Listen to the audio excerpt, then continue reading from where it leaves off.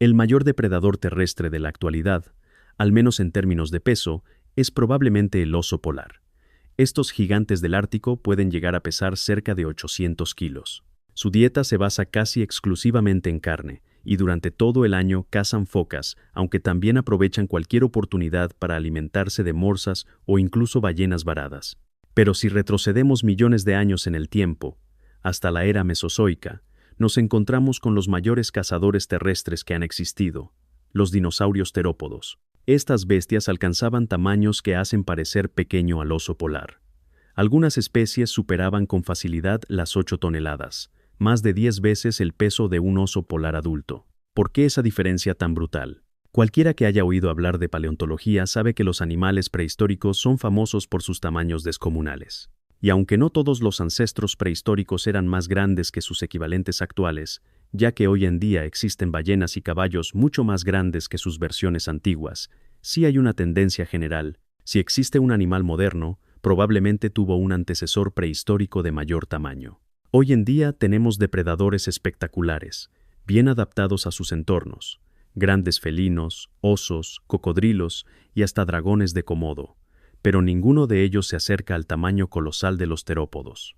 Ya en el Jurásico, especies como Torvosaurus y Saurophaganax rondaban las 6 o 7 toneladas, y ese récord solo siguió creciendo con el tiempo. Durante el Cretácico, tanto África como Sudamérica dieron lugar a gigantescos carnívoros.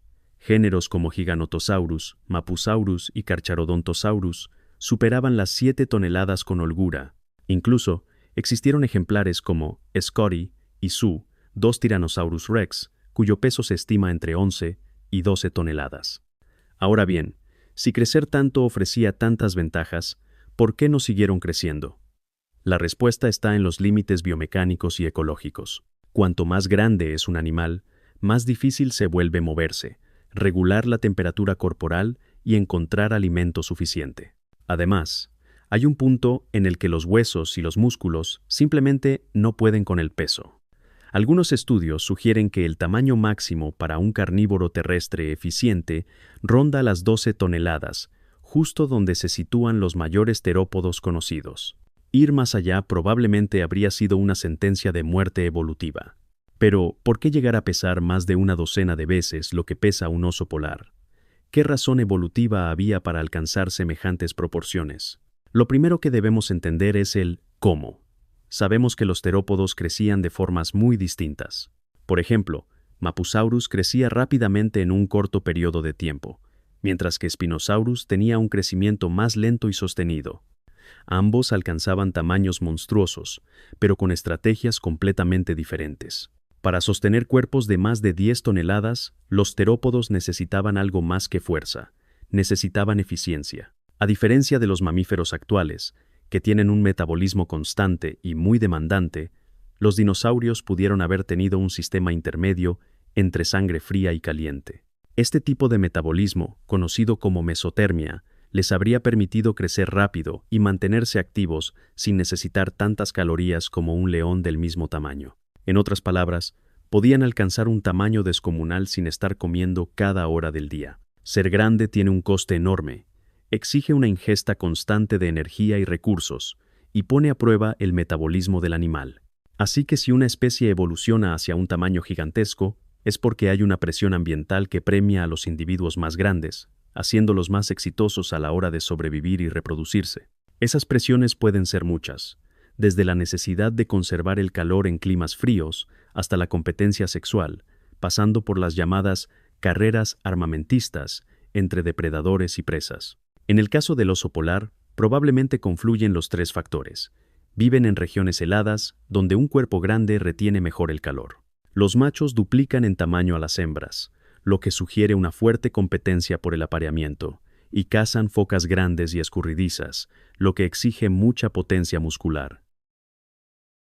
¿Qué te está pareciendo este video? Si lo estás disfrutando, te invito a dejar tu like y comentar qué te está pareciendo, o alguna idea para algún otro tema que te gustaría que exploremos.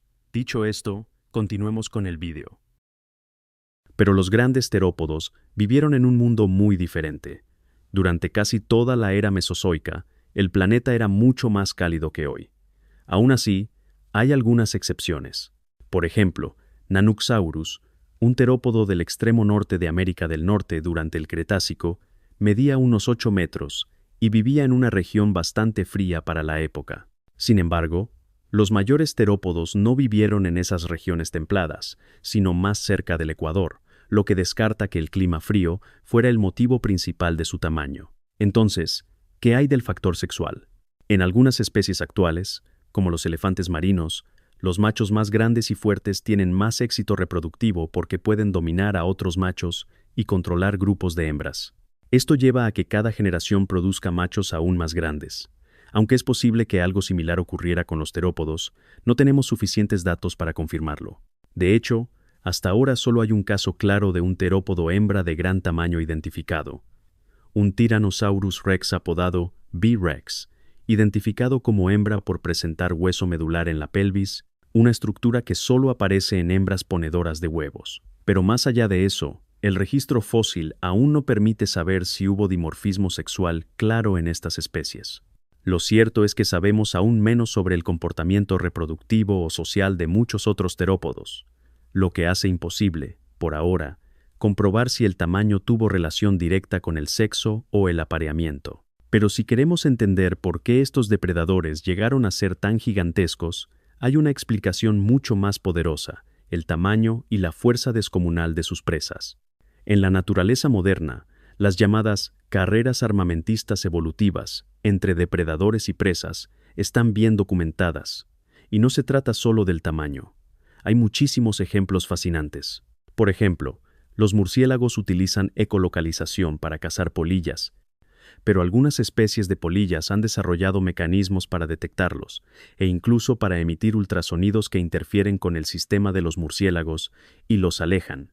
Otro caso: los tritones del género Taricha producen toxinas tan potentes que pueden matar a la mayoría de los animales que intentan devorarlos, excepto a ciertas serpientes, como las Thamnophis, que han desarrollado una increíble resistencia a ese veneno y se las comen sin problema. Y si miramos al Mesozoico, las cosas se ponían aún más intensas. Tomemos como ejemplo a los carnívoros gigantes conocidos como carnosaurios, el grupo que incluye a bestias como el Giganotosaurus, Mapusaurus, Carcharodontosaurus y otros. Estos depredadores no necesitaban correr como un guepardo, ni emboscar como un leopardo. Su presa principal eran los saurópodos, esos colosos herbívoros de cuello largo que podían superar las 40 toneladas.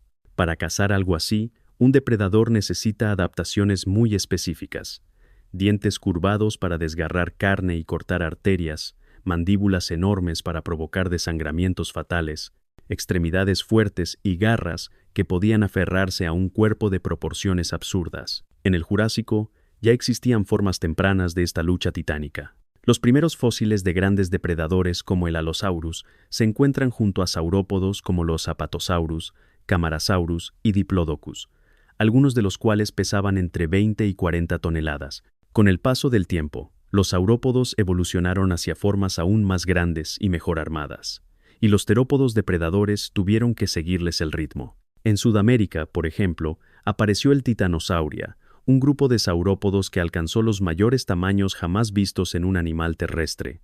Entre ellos estaban Argentinosaurus, Dreadnoughtus, Patagotitan y Puertasaurus. Estas montañas con patas podían llegar a las 70 toneladas. ¿Y qué surgió en ese entorno? Terópodos igualmente colosales como Mapusaurus, Tyrannotitan y Giganotosaurus. Toda una generación de cazadores diseñados para sobrevivir en un mundo de titanes. Los carnívoros crecieron porque la presa también lo hizo. Si un animal basa su estrategia de caza en presas grandes y lentas, está bajo una presión evolutiva constante para volverse más grande y fuerte. Si no puede competir en ese entorno, simplemente desaparece. Y eso es justo lo que ocurrió durante millones de años entre los terópodos y los saurópodos. Esta batalla comenzó en el Triásico y alcanzó su punto máximo en el Cretácico. Pero no todo fue carnosaurios y titanosaurios. En Asia y América del Norte, otra familia de depredadores tomó el relevo: los tiranosáuridos. En Asia, especies como Tarbosaurus y Zuchenktyrannus convivieron con enormes hadrosaurios como Shantungosaurus, que podía alcanzar más de 15 metros y pesar más de 15 toneladas. También compartían su entorno con algunos titanosaurios y otros herbívoros acorazados. A diferencia de los carnosaurios, los tiranosaurios no solo eran grandes, también eran increíblemente robustos. Su diseño corporal era más compacto, con cráneos más anchos y dientes más gruesos, auténticas herramientas para aplastar huesos. Se cree que pudieron haber cazado distintos tipos de presas, desde hadrosaurios y saurópodos juveniles, hasta animales acorazados como los anquilosaurios. En América del Norte vemos cómo esta tendencia fue aumentando poco a poco. Al principio aparecieron pequeños y medianos herbívoros como el Tenontosaurus y Hypsilophodon, y los depredadores eran relativamente ligeros. Pero con el tiempo llegaron los gigantes, hadrosaurios como el Edmontosaurus de hasta 11 toneladas, ceratópsidos como el Triceratops con sus enormes cuernos y escudo óseo, e incluso acorazados como el Ankylosaurus, una criatura cubierta de placas óseas con una masa en la cola capaz de partir huesos. ¿Y qué hizo la evolución? Dio lugar a Tyrannosaurus Rex, posiblemente el depredador terrestre más temido que haya existido. No solo era enorme, también era inteligente, con sentidos agudos, fuerza descomunal en la mordida y un cuerpo optimizado para resistir el choque contra sus presas blindadas. En todas las líneas evolutivas de terópodos, podemos ver cómo el entorno y el tamaño de las presas empujaron a los depredadores a volverse más grandes, más letales y más especializados. En algunos casos, incluso se piensa que fueron los propios depredadores los que forzaron a los herbívoros a desarrollar defensas más complejas y extremas. Un mito común es pensar que por ser grandes eran lentos y torpes. Nada más lejos de la realidad. Aunque un Tyrannosaurus Rex no corría como un guepardo, podía alcanzar velocidades estimadas de hasta 20 km por hora, lo suficiente para cazar o emboscar a un Edmontosaurus. Su estructura ósea y muscular estaba perfectamente adaptada a soportar su enorme masa con eficiencia. No eran máquinas veloces, pero tampoco eran tortugas. Pocas cosas en la historia de la vida son tan fascinantes como estas rivalidades evolutivas, porque no solo se trataba de sobrevivir, sino de adaptarse y superar al otro. Y las batallas entre los terópodos gigantes y sus presas no fueron simples cacerías, fueron conflictos entre auténticos titanes, y eso los ha convertido, con razón, en leyendas de la paleontología. Tras la extinción del Cretácico, el nicho de los grandes depredadores fue ocupado por mamíferos carnívoros, pero ninguno alcanzó jamás el tamaño de los grandes terópodos. Esto no fue casualidad. Los ecosistemas del Cenozoico cambiaron. Las presas eran más pequeñas, el clima más variable, y los nuevos depredadores como felinos, cánidos o úrsidos apostaron por la agilidad, la inteligencia y la caza en grupo. En ese nuevo mundo, la estrategia del gigante imparable dejó de ser útil, y por eso hoy, incluso el oso más grande del planeta parece diminuto al lado de un Giganotosaurus. Eso ha sido todo por hoy. Si has disfrutado el video, no olvides apoyarlo con un like, suscribirte y activar la campanita para no perderte el contenido nuevo. Gracias por ser parte de esta increíble comunidad. Nos vemos muy pronto en el próximo video.